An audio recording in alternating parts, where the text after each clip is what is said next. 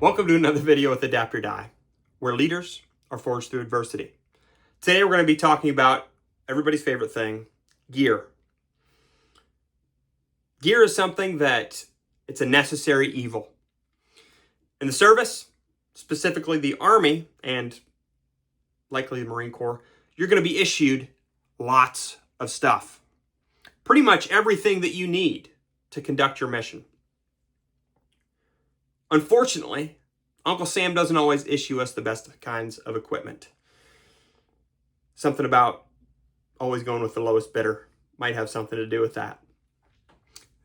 But for you guys that have served in the Army and the Marine Corps, you know what I'm talking about. Today we're going to be covering a few different types of equipment. Admin equipment, I know everybody's favorite thing. Some real nerd stuff. Some tactical equipment. Some sleeping gear. And something to put all that stuff in. First up, we have sleeping gear. When heading into the field, it's not always going to be a tactical environment. There's going to be admin days. You're going to be waiting to go into maybe a joint readiness training center, the box for a combat readiness exercise, whatever it might be. You're going to have time on the front end and the back end to chill out a little bit. Now, in the Army, they issue us the light fighter tent, which is a great tent. But personally, if I have the opportunity, I would much rather sleep in a hammock. So depending on your command, this might be an option for you, or it might not. For me, I always bring along my Dream Hammock. Dream Hammock is a company that is a cottage industry company. I've known the family that owns the business, operates the business for pretty much my whole life. They're amazing people. This is the Dream Hammock. It is a custom hammock. You can get it pretty much in any color, in multiple configurations. I highly recommend it. This one I have in multicam, has a zip-off bug net. It's very lightweight and compact.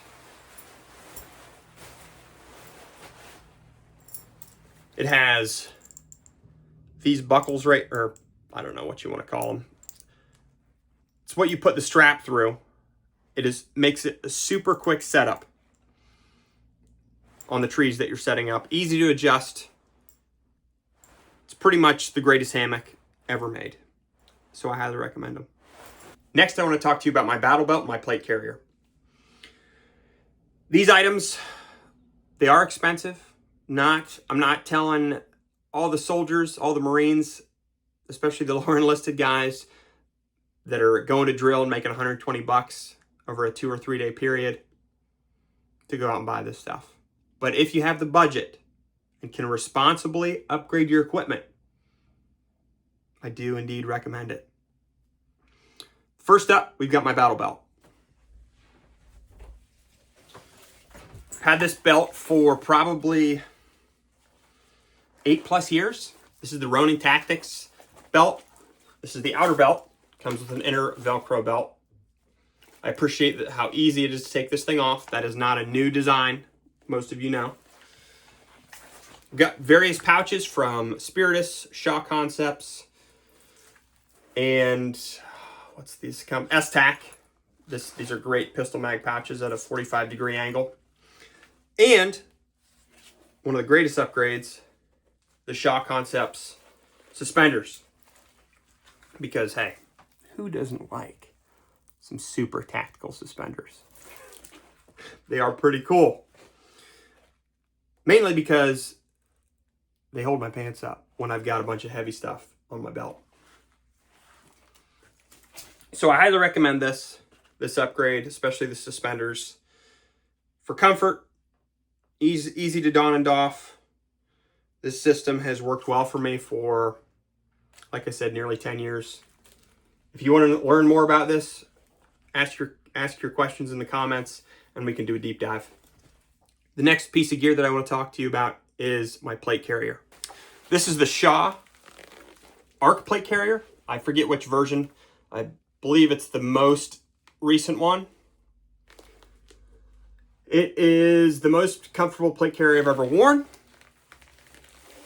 I have my Qore Performance ice plate on the back, in the radio pouch, Shaw admin pouch on the front, Spiritus pouches for mags, tourniquets, and that's about it.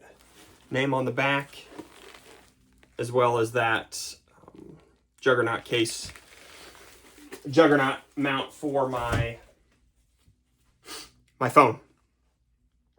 I don't need that. I could use the issued Army stuff, but this is just so much better.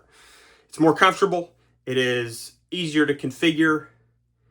It's way more slick. It doesn't hold moisture like the issued stuff does. And if your command allows you to upgrade to something like that, and you have the budget, I highly recommend it. When it comes to assault packs, one of my favorite companies is Stone Glacier. This is their large assault pack. I would say it's a 3 to 4 day pack. To show you what I've got going on here, this is the Ferro Concepts Tall GP. First spear, little tiny pouch. I had one row of pals here. It fits perfectly. I put my headlamp in there, easy access when it gets dark. Gloves and random equipment that I needed to maybe just clip on really quick. And then I have my Z-Lite Thermarest pad on the other side. It's a very comfortable pack. Fits over body armor okay. That seems to be an issue with a lot of packs, but this isn't too bad. There is a belt that comes with it, easily removable. And I've used this for a few years now. I'm a big fan. And now everybody's favorite stuff to talk about, admin gear. This is the least sexy topic, but it is arguably one of the most important, especially when it comes to leaders within any organization, really. But especially the combat MOSs, the military as a whole. We have to be able to battle track our troops so we can report up to higher concisely, accurately. You can't do that without good admin kit. So number one, this isn't rocket science, a quality notebook. This is a Right in the Rain notebook, a Right in the Rain notebook cover, and I've attached some paracord to be able to tie this thing down so you don't lose your admin gear. If you lose this and the bad guys get it, they're going to know all your plans. Don't do that. Pens, pencils, quick reference cards, notebook with lots of references in it from Right in the Rain. If you don't have one of these, they stow horizontally in your cargo pocket, and they just can't be beat. The last piece of gear I want to share with you guys today is my battle board setup. This guy right here is the most tactical folder briefcase thing ever. Number one, you look really cool carrying it around like this. Number two, it is the most organized admin folder pretty much ever. It is super customizable. You can put pouches on the outside to carry more admin gear if you're a super nerd like me. You can easily access overlays, maps, anything that you use to battle track right here. Put it on your desk in your CP and just go to town.